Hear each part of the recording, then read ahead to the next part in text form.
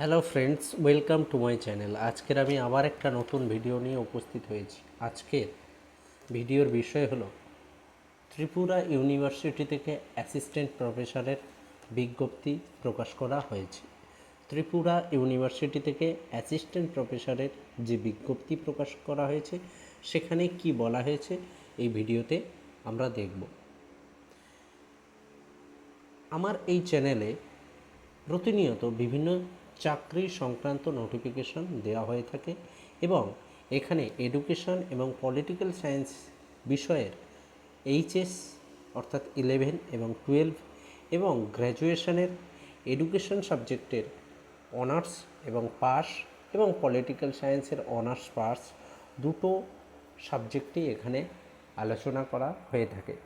তাই যাদের এই সম্পর্কিত বিভিন্ন তথ্যের প্রয়োজন তারা এই চ্যানেলটিকে সাবস্ক্রাইব করে রাখতে পারো।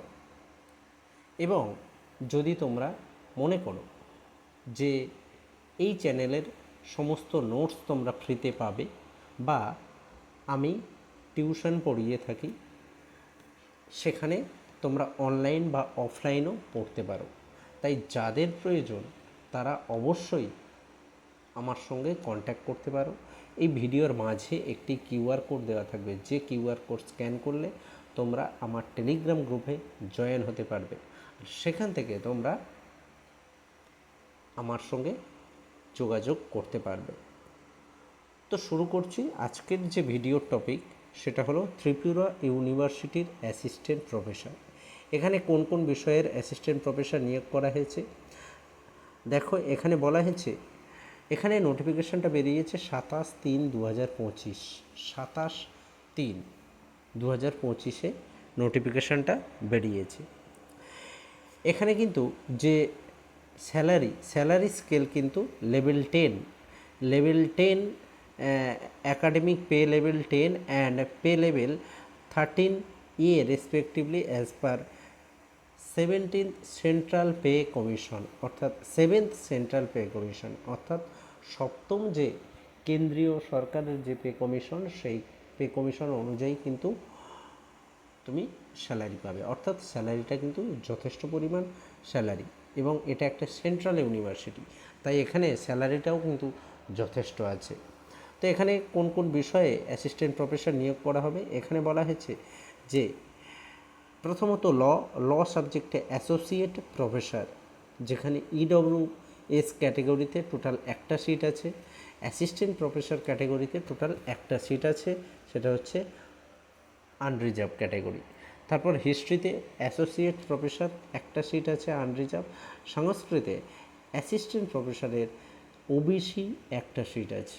তারপর কেমিস্ট্রিতে অ্যাসোসিয়েট প্রফেসরের SC একটা সিট আছে, এবং PWDর ক্ষেত্রে একটা সিট আছে। কেমিস্ট্রি অ্যাসোসিয়েট প্রফেসর টোটাল দুটো সিট, এবং কেমিস্ট্রির অ্যাসিস্ট্যান্ট প্রফেসরের একটা সিট আছে, টোটাল একটা সিট।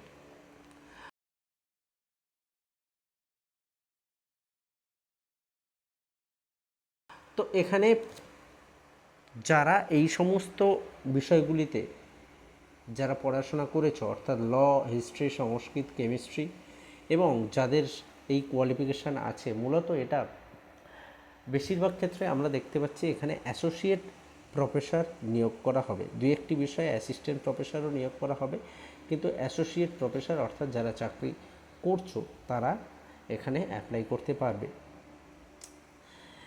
এবারে এখানে অ্যাপ্লিকেশনের অনলাইন অ্যাপ্লিকেশন কবে থেকে শুরু হয়েছে? 29/3/2025 থেকে শুরু হয়েছে। লাস্ট ডেট অফ অ্যাপ্লিকেশন 18/4/2025, 18/4/2025 কিন্তু এই অ্যাপ্লিকেশনের লাস্ট ডেট।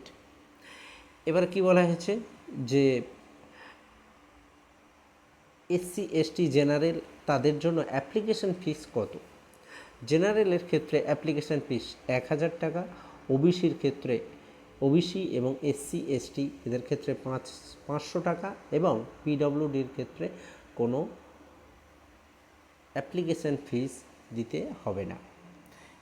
তারপরে এখানে কি বলা হয়েছে, এখানে বলা হয়েছে, দেখো এখানে যে নোটিফিকেশান, সেই নোটিফিকেশানের বিভিন্ন ইনস্ট্রাকশন কিন্তু দেওয়া হয়েছে। অর্থাৎ তুমি অ্যাসিস্ট্যান্ট প্রফেসর বা অ্যাসোসিয়েট প্রফেসর হতে গেলে কোন কোন রুলস এবং নিয়ম মেনটেন করা হবে সেগুলো কিন্তু এই নোটিফিকেশানে ফুল ডিটেলস কিন্তু এখানে দেওয়া আছে। যারা এই বিষয়ে চাকরি করছো বা যারা এই বিষয় সম্পর্কে জানো, তারা অবশ্যই এগুলো দেখলে তোমরা বুঝতে পারবে যে কোন কোন ইউজিসির কী কী রুলস আছে অ্যাসোসিয়েট প্রফেসরের ক্ষেত্রে, অ্যাসিস্ট্যান্ট প্রফেসরের ক্ষেত্রে। সেখানে কিন্তু এই নোটিফিকেশানটা খুব ভালো করে পড়ে তারপর তোমরা ফর্মটা ফিল আপ করবে। তারপর এখানে কি বলা হয়েছে, এখানেও বেশ কিছু বিষয় হচ্ছে তোমাদেরকে নির্দেশ দেওয়া হয়েছে। অর্থাৎ কোন কোন কী কী ক্রাইটেরিয়া থাকলে তোমরা এই পোস্টের জন্য অ্যাপ্লাই করতে পারবে। তো মোটামুটি এখানে যে পিডব্লিউডি ক্ষেত্রে হচ্ছে ভিজিবিলিটি, অর্থাৎ দেখতে পাওয়া না পাওয়া, এই সমস্ত ক্ষেত্রে হচ্ছে রিজার্ভেশন কত পার্সেন্ট, সেই পার্সেন্টেজও এখানে কিন্তু দিয়ে দেওয়া হয়েছে।